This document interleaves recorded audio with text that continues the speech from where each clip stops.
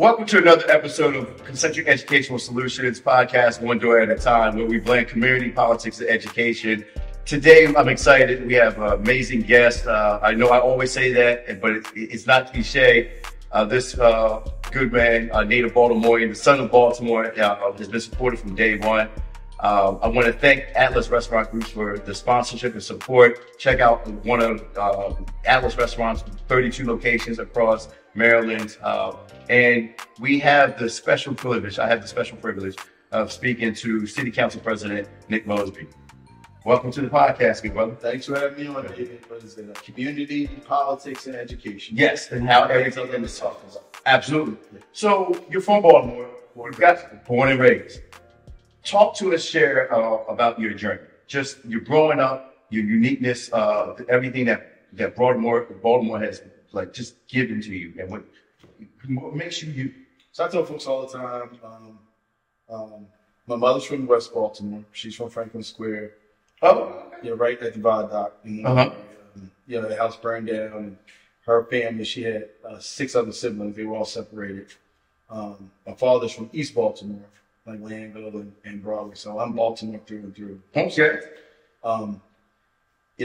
When my mother and her mother and her sisters came together, they were able to buy a house in Northeast Baltimore all together. Okay. So I tell folks all the time, I grew up in a 3-bedroom house with 6 women. Oh, wow. Yeah. So I was man in my house since day one. Watched my mother every single day about 4:30, 5 o'clock. Wake up, to her alarm clock, because I shared a bedroom with my mother and my older sister. I slept on the top bunk, and sister was on the bottom bunk, and my mother's bed was across from us. And watch her every single day wake up, catch 2 or 3 buses to go to work, to put food on the table, and ultimately put me in the position that I'm in. My grandmother, she was the matriarch of our household. She had a 7th grade education. We're talking about education on the show. My mother was first in our immediate family to graduate high school. And ultimately, they always gave me this idea that I could be first in the family to go to college, to graduate from college. Okay. Went through Baltimore City Public Schools. All the way through? Yeah, Hartford Heights, York. Oh, wow.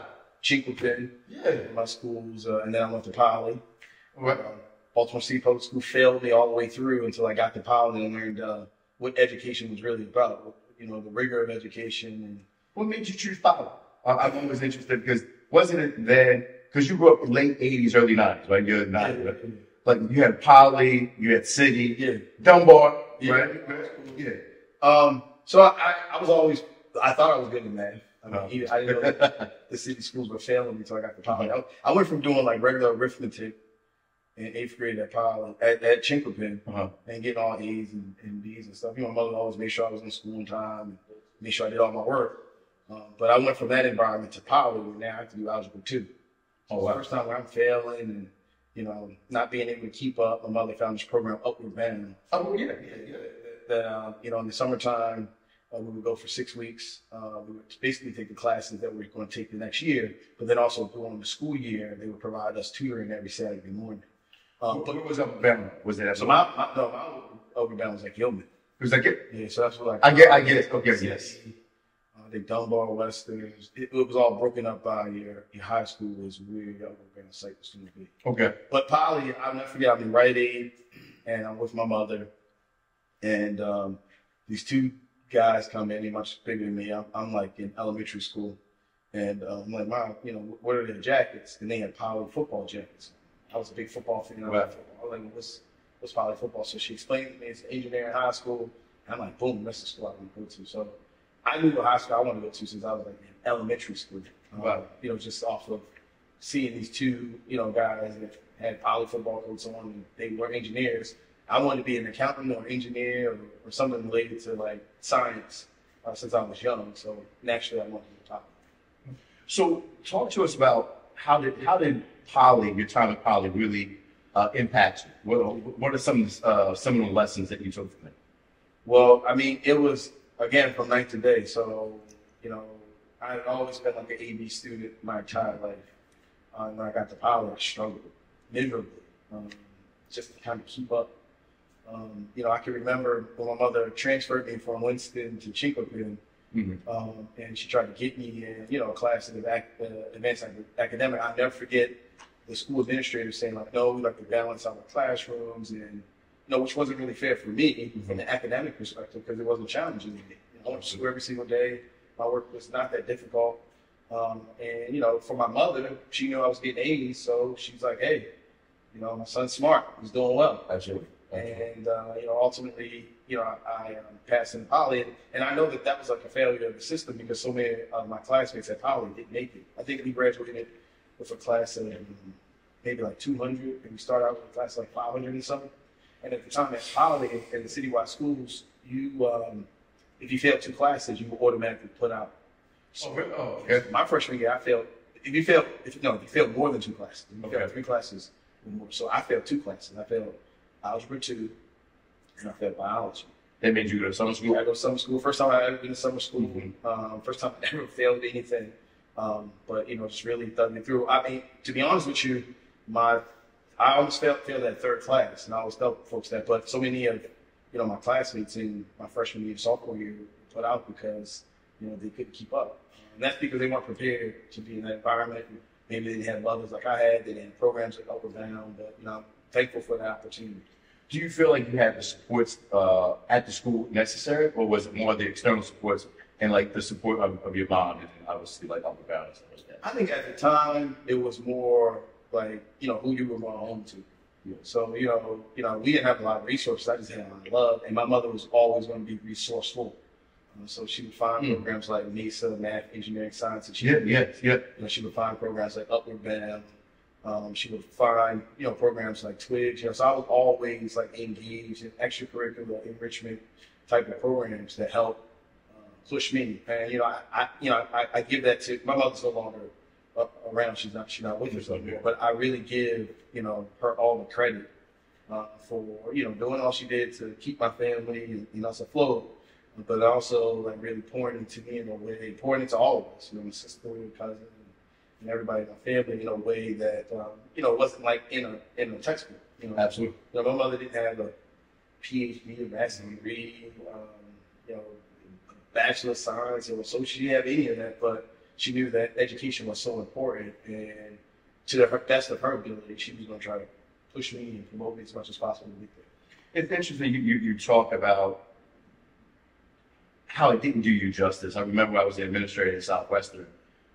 Started with 900 students that freshman year. Like 4 years later, the class was like 114 that actually graduated. Like, I mean, there was so much need and so many diverse needs. We just, even as administrators, looking back now, it's 20 years later, it's just like, wow, there was a lot that we didn't do, right? And even, I always tell the story, Val Victoria graduated, went to College Park on a 4-ride, and came back on a break. And the administrators, we had collaborated, got another laptop. And she said, why did you all do this to me?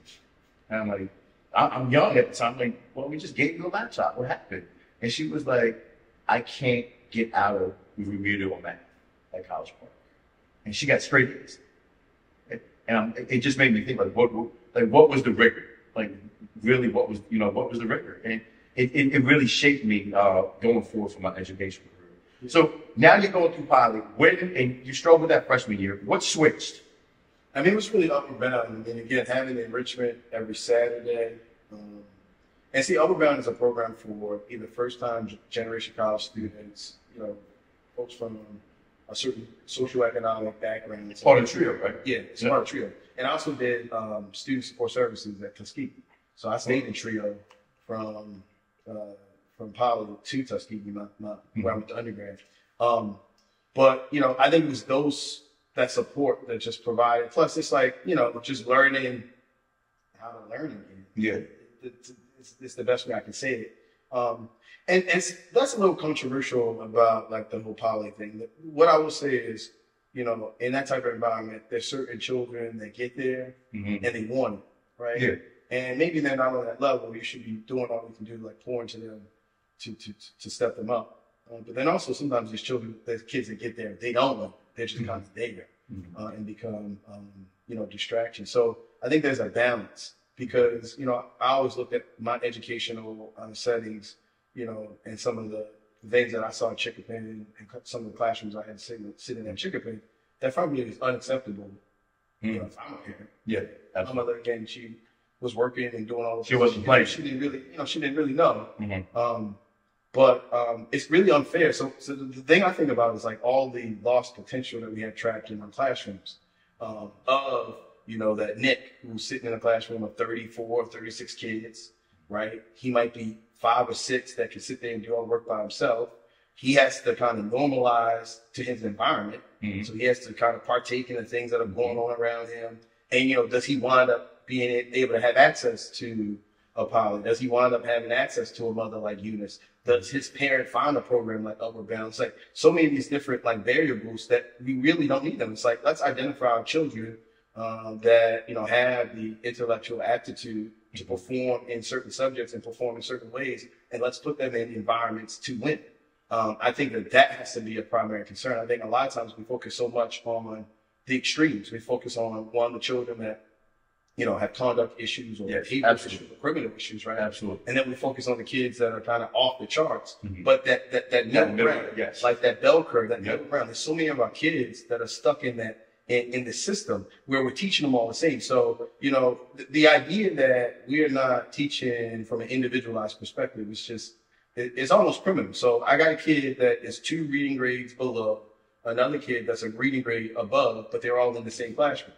And we're not differentiating. We expect the teacher to teach both of them to their levels. Where, just because your age and this is your grade level, let's not teach you the grade. Let's teach to where you are, right? And I think that particularly now coming out of COVID with the virtual apparatus and with so much technology and stuff that's now being put into education, why not develop ways where I'm in class with folks that are just like me, because that's part of it. Part of this idea of, maybe my conduct or maybe my issues I have in class and I'm acting in an unproductive way is because I'm not keeping up with the class. Mm-hmm. So the way I participate, or I'm bored, or either I'm bored because it's stuff that I already know and I can do in my sleep, or I'm not keeping up, so now maybe I'm being destructive of the class. But if you put folks in a more balanced setting, it's not just based off their age or their grade level, but put them where they are, meet them where they are. To me, it's more efficient for the teacher, and it's a better product, more efficient for the student. And I'm gonna start. We're gonna think through that part about there was such an opportunity for innovation after COVID because of what we learned during the pandemic, and then thinking about now, 18 months, 2 years post, like what have we reverted back to when we I want to dig deep into that, but as you're getting through poly, now you decide, okay, you're going to graduate. You're going to go to college. I'm SBA president. I'm Mr. Poly. I played football, lacrosse, and wrestling. I blossomed. You know what I'm saying? Like when I got my ground underneath me, I figured it out. I was able to, take off. So why Tuskegee?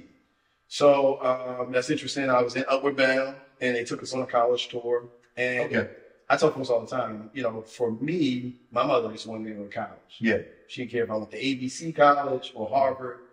College was college to her, right? And I didn't know either. It was just, the next step is to go to college. So I never forget, we go on this college tour. I never tell anybody the name of the school. But after we come back from the college tour, I go to Mr. Green.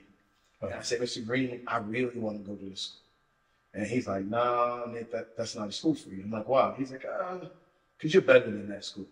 He's like, you could go to that school, you can get in that school, you can be fine in that school, but you can go to a school that's going to be a little more challenging than that. You should look at other types of schools. So again, to me, college is college. Like, I didn't, whether it's, school A or school Z, it was college, right? Mm-hmm. So back then, that's when you did like the PSAT or the SAT, and colleges would send you like all this mail, right? So I started getting all this mail from all those different places. Now I wanted to go to a historically black college. So you were clear about that? I was now I applied to other institutions, so like I got into like West Virginia and I got into some other schools, but I wanted to go to HBCU. I felt like I wanted to major in engineering. And I had a huge keen at the time in like aerospace engineering. So naturally, I got this pamphlet in there from Tuskegee Airmen. They have an aerospace engineering program. They have a good engineering school. So I went back to Upward Bound that Saturday, talked to Mr. Green. He said, oh, yeah, Tuskegee. Yeah. So Mr. Green actually worked with the Upward Bound program down in Tuskegee. Shout out to Ms. Woodson. And they flew me down, and I stayed on campus for like 3 days. Oh, they flew you down? Yeah. And I did Upward Bound down there.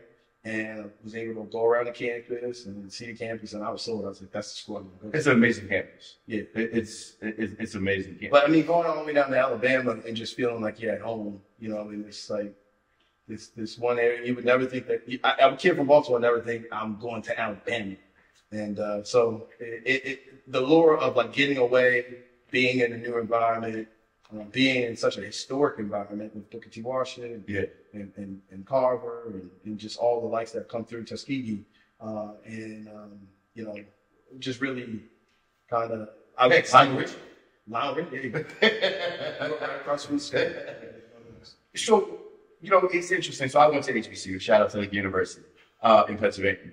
Is that, because, let's see, what, you're 94, 90, like 90? I'm 97 in high school. 97. Yeah. Because, you know, that late 80s, early 90s, when we're thinking about different world and School Days is coming out. Did that have something to allure on it? 110%. I mean, you know, I would, you know, watch A Different World faithfully. Yes. Just putting myself in the scene, saying like, one day I'm gonna be in college. This is gonna be me. You know, School Days. When I went to Tuskegee, I didn't know anything about fraternities other than School Days. Wow. I didn't know like, you know, the different fraternities or anything. I didn't relate to anything because no one in my family had gone to college. Nobody around me was really like in fraternities or sororities. So that was my like you know, preview into like what I thought college was going to be. So you're on campus. I see you rocking the purple tie. Yeah. Right. Yeah. Shout out to the brothers who make it South Five. Why Omega? I always ask this question. Like, yeah, why? So, like in many instances, the Brothers of Omega Psi Phi Fraternity Incorporated were not on my yard at the time. Yeah. They were. Yes. We were going through something. Yes. So they came back, and I didn't know anything about them, but they came back. I got a crazy story for them. Anyway, they came back my sophomore year, and they were put off the next day for the next couple of years. But in between that time, you know, it was always a running joke at Tuskegee, like, is Nick registered for school yet? Because I had this like running issue of trying to get into school and payment. I'll tell you a story. So going to Tuskegee, my freshman year, flying down with my mother, right? My aunt comes to pick us up, take us to the airport. I got like 13 bags. I just throw all my stuff, all these different bags. I was able to grab.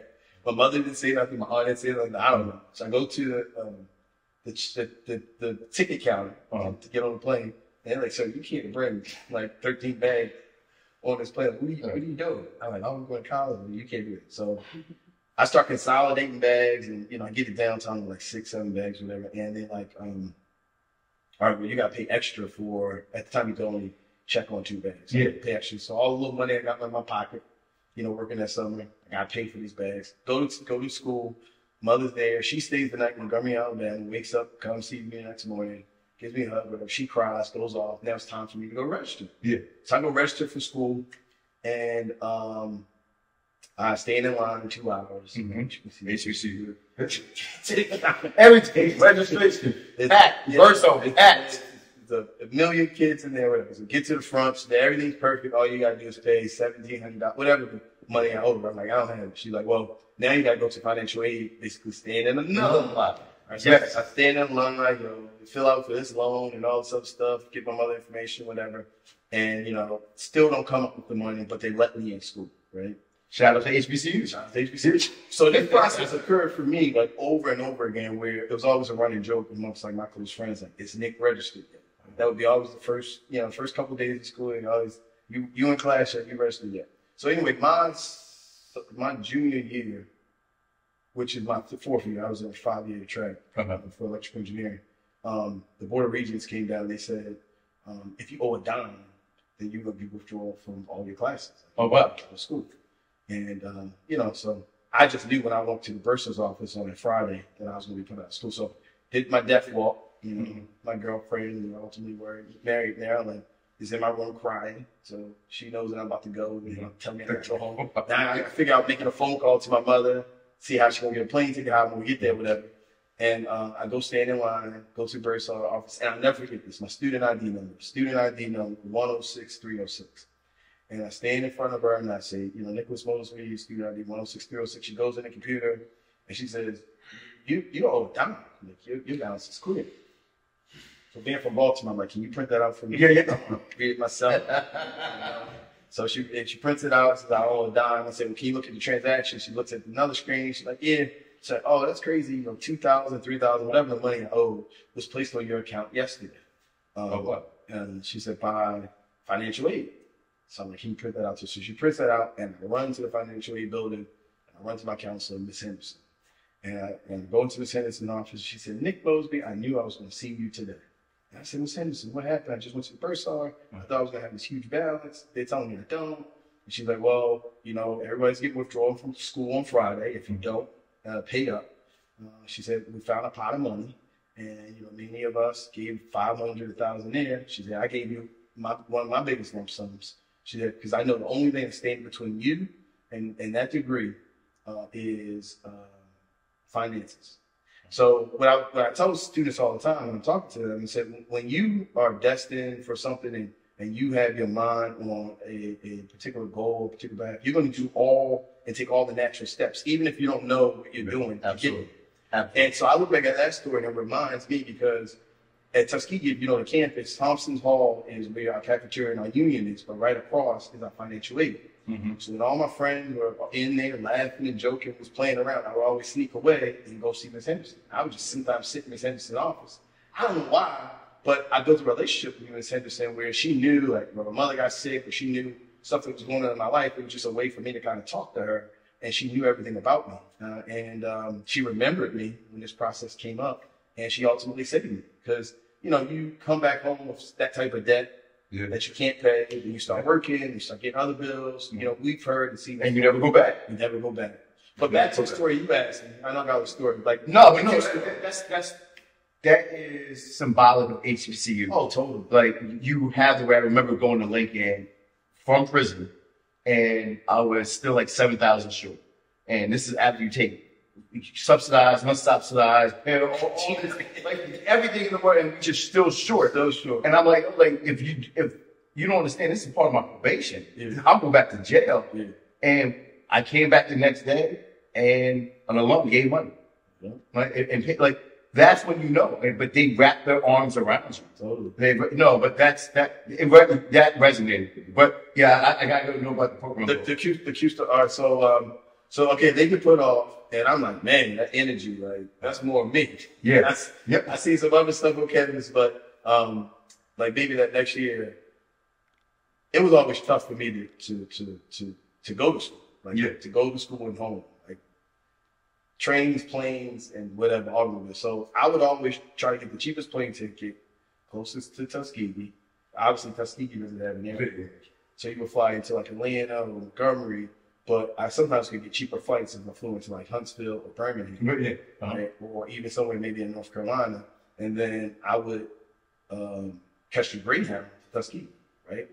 Now this back when we don't have cell phones, right? So I always think about my mother, like, how are you letting your like 19, 20-year-old son, like, you know, travel down the deep south? So anyway, you know, sometimes I might have to sleep in bus stations, right? So, you know, I would lay on my bags, you know, and one time I was just through it. I was in Birmingham. I'll never forget.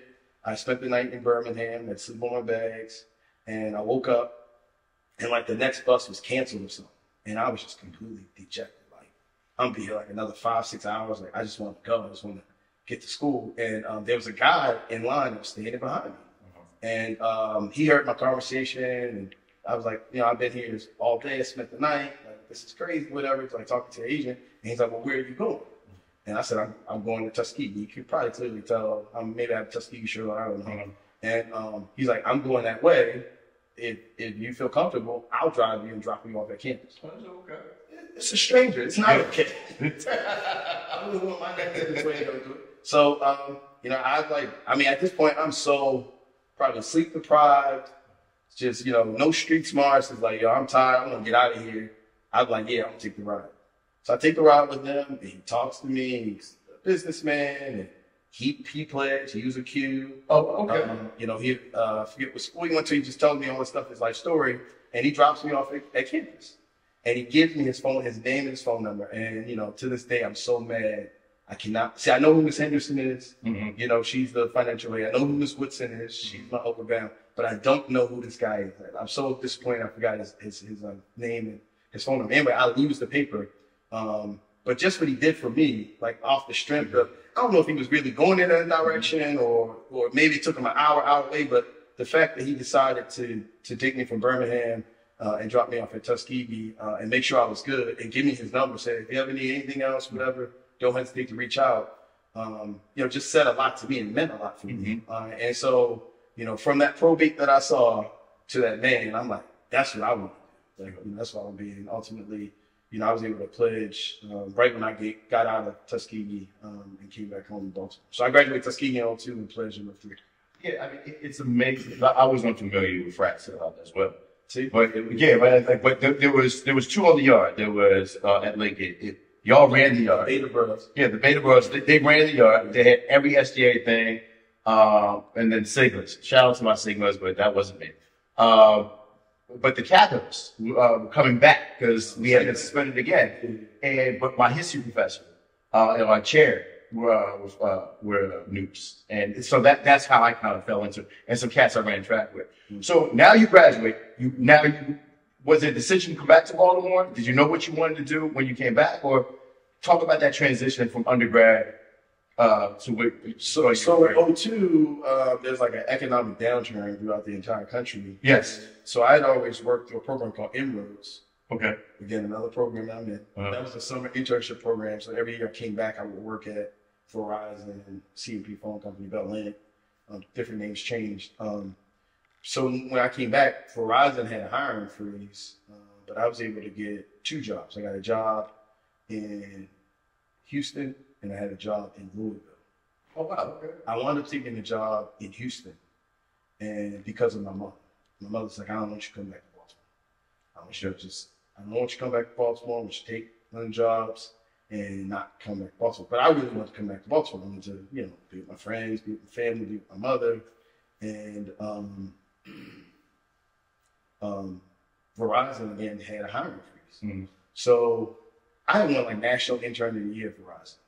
Oh wow! To the point where got a chance to talk to the CEO of Verizon, Ivan Seidenberg at the time, and it was a really big and prestigious award.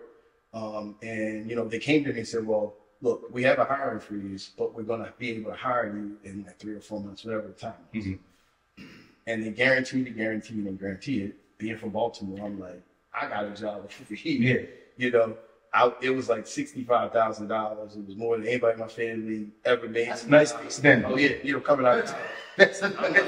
I'm like, no, I'm taking this guarantee, versus me being an intern for the next 3 months and you telling me on the other end. Anyway, mountains moved, and Verizon, through corporate office, through the CEO, they basically signed off on a couple hires throughout the country. I was one of them. So I went back to my mother, and I'm like, Mom, they really want me to take this job in Houston. I took this job in Houston. My mother was having some medical challenges, and I was like, no, I'm coming back home. So I wound up telling Williams Communications and the Transco Towers down in Houston. I was like, hey, my mother's is not doing well with health or whatever. I need to be back home. I can't be here in Houston. Come back home. That's where I start my career at Verizon. So talk to me about, now you're back home.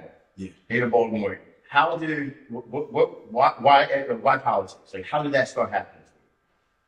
All the stories kind of relate to my mother. I can remember early on my mother always taking me into the voting booth. That's when we shut the curtain and you had to flip all the switches. She would let me do all the switches, and she was like really in tune in politics. A Democrat voter. But I can remember when I was in the 3rd grade, Kurt Schmoke was the first African-American elected mayor of the city of Baltimore. And it's kind of like a microcosm of 2008 when President Barack Obama was elected. But the excitement I saw in my house and the neighborhood, and I went to school with my teachers, and then I ultimately got a chance to meet him, which is a crazy picture. It was hung up all over all the libraries throughout the city. It's Kurt Schmoke. It's the city that reads was his slogan. And he's in a rocking chair reading to all these Little League baseball players. I'm one of the Little League baseball players. But anyway, I got a chance to meet him and just connected with him. And I'm like, that's what I want to do. But then it was also fate. It was kind of scary because I'm at Tuskegee walking across the yard, and I see this guy get off of this van, and I'm like, that kind of looks like Kurt Schmoke. So I run over, and I'm like, you Kurt Schmoke, you were mayor of Baltimore. this is what I'm in college in. He's like, yeah. And, you know, so I get his information like I always do. Send him an email. He didn't email me back. Email's kind of new at the time. Yeah. Then come full circle, I run for elected office. So that's why I want to be in elected office. I run for elected office. I win, and I'm in church. On your first time running? No, so I lost my first time. Okay. I'm like 25. Then I run again, and I win at like 29. And I'm in church, and I go in the back and I see Christian Walker again. I go introduce myself. He said, Councilman Nick Mosby. So it's crazy because I'd always looked up to him through, you know, just being around politics, being in Baltimore, running across the yard, seeing him on campus and all that. To now, he recognized me because I just ran and won this campaign. And, you know, from there, he's been a supporter and a mentor ever since. So now that you've been in politics, what, almost 2 decades? 29. Aging me a little bit. 29? More like 13 years. 13 years, okay. I'm giving you 7, right? What has been your greatest, what has been the greatest thing that you found out about politics, and then the most frustrating piece about politics? I would say the greatest thing I felt about politics is like understanding and having empathy for folks where a system has failed them for far too long. Mm-hmm. So like the reality of like when I'm talking to a young person and, you know, they're completely disenfranchised, disconnected, detached from wanting to participate in government, the awesome responsibility of understanding why. And that's because the system that's like failing them, failed their father, failed their grandfather, and they've never seen the system that's supposedly there to support them and that they want it to support it, be there for them or their family. And as an elected official, you have to take a step back and really check your ego to understand and know that you are the system. Yes. And how you didn't create the racist policy, you didn't create the systemic issues, you didn't create the residual impacts that have been plaguing our communities for far too long. Now you are a representative of that system.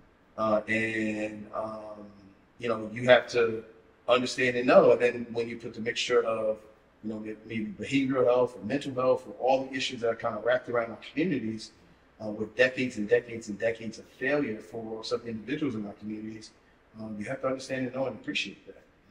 Because, you know, listening to you, it's not just listening to you. It's, I feel you, like you actually give a damn, right? Like that doesn't happen. I don't want to, although it should happen, you know, I don't want to downplay or let it go unsaid. Being from Baltimore, from what you've experienced, going to Tuskegee, coming back, seeing so much, and then you can just, it's tangible that you actually, you care about the people yourself. No, I actually love the city. Obviously, I love the work. You know, when I think back, you know, there were many folks in my ear like, you don't want to run for politics, like that. I mean, when I at Verizon, you know, I was building cloud storage data centers. Like I was ahead of a curve from a technology perspective, from an industry perspective, like doing things that many people wanted to do, but I was selected to like be the face of it for Verizon at the time. Thankful for the opportunity, but I just always had this burning desire to serve, to be a public servant. And that's why, you know, I jumped out there the way that I did. And, you know, I don't regret any of that. But it takes that level of, if you're in it for the right reason, it takes that level of passion.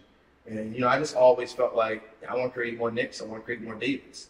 Like, I mean, that's been in my mind because I know that, because I remember in elementary school or middle school, and I know where some of my friends are, some who are no longer with us. I knew that they were smarter than me. Like, but were they going home to a units? You know, were they finding programs like Upward Bound? Were they put in certain positions? So I was so thankful and blessed, and I knew that the system could do more. Again, for all that, you know, when I talk about that bell curve, for all the folks in the middle, distracted in the middle, that's just like stuck in these classrooms and stuck in these situations, to really give them opportunities to succeed. So, you know, it's interesting when I was thinking about, okay, we're obviously in a political season, want to get people on to talk about how they're seeing Baltimore and stuff like that. And I was like, you know, the first person I had on was Councilman Stokes, And I was like, yeah, I want to reach out to other councilmen. And I was like, yeah, I hope one day to be able to get President Mosby on it. And I was like, I know that's audacious. And this was just 6 months ago. And he was like, no, like, you know, you can just reach out to him. He'll respond. You know that, right? And so, I want to thank, thank you, for your service to Baltimore, your commitment to the plethora of issues and all your constituents, everybody from Baltimore. But, where do you see from the Baltimore you grew up in to where Baltimore is now and where Baltimore needs to go? What do you see needs to happen? We need more strategy as it relates to ensuring that the folks that have dealt with the crime, the grime, and the blight, the folks that have been living in conditions that are shaped by a disproportionate amount of disinvestment, that we put them at the front of the line. They are working class folks, they are quote unquote essential workers, they are paraprofessionals, the teachers, the bus drivers, the folks that kind of keep our city moving. Baltimore has a responsibility to grow our communities responsibly. And it starts with them. If we don't, we're going to see, the continued momentum and shift of Baltimore growing, but growing in a way of displacing folks out of their communities to gentrify our neighborhoods. And we can grow our communities, we can grow our economy, but we can do it in a responsible way with the folks that have been living in these communities and have cultural connectivity to these communities are able to benefit from this work. Absolutely. And I've seen, to your point, I've seen that in my travels in other cities. The people who can no longer live there, who have been there for generations. See, it's interesting. We always develop programs in the guise of supporting and helping folks, particularly with housing. And we'll get individuals to stabilize communities and to stabilize blocks. And then the speculators, the developers, other money comes in, starts to uplift the blocks. And then those folks that were renting, they no longer can afford to stay there. They have to leave, right? But Baltimore is such an entry point from a real estate perspective where, you can have a quality house for $150,000 in new construction. Yes. Right. And, talking about some of our folks in our communities paying $1,200, $1,300, $1,400 in rent, where they can be paying $9,000, $1,100 in a mortgage amortized out over 30 years. And that's where our focus should be. Right. So again, it's how can we take, our working class folks and folks that have been holding up our communities, our strong middle class, how can we take them and put them in front of the line and develop programs to support them and provide them opportunities a generation long? Right. I want to thank you, President Mosby. Thank you for taking us on that journey, explaining where we are. Thank you for stopping by. It's every conversation I have with you, I learn more about you, more about Baltimore, more about your journey, and more about your heart work. So I definitely want to thank you, brother. Thank you so much. Yes, sir. Brothers of 1911. I want to thank you for joining us for another episode of One Door at a Time. As always, shout out again to our sponsor, Atlas Restaurant Group. And you can catch all of our content on concentric.world. See us. Can't wait to tune in next time. Have a good day.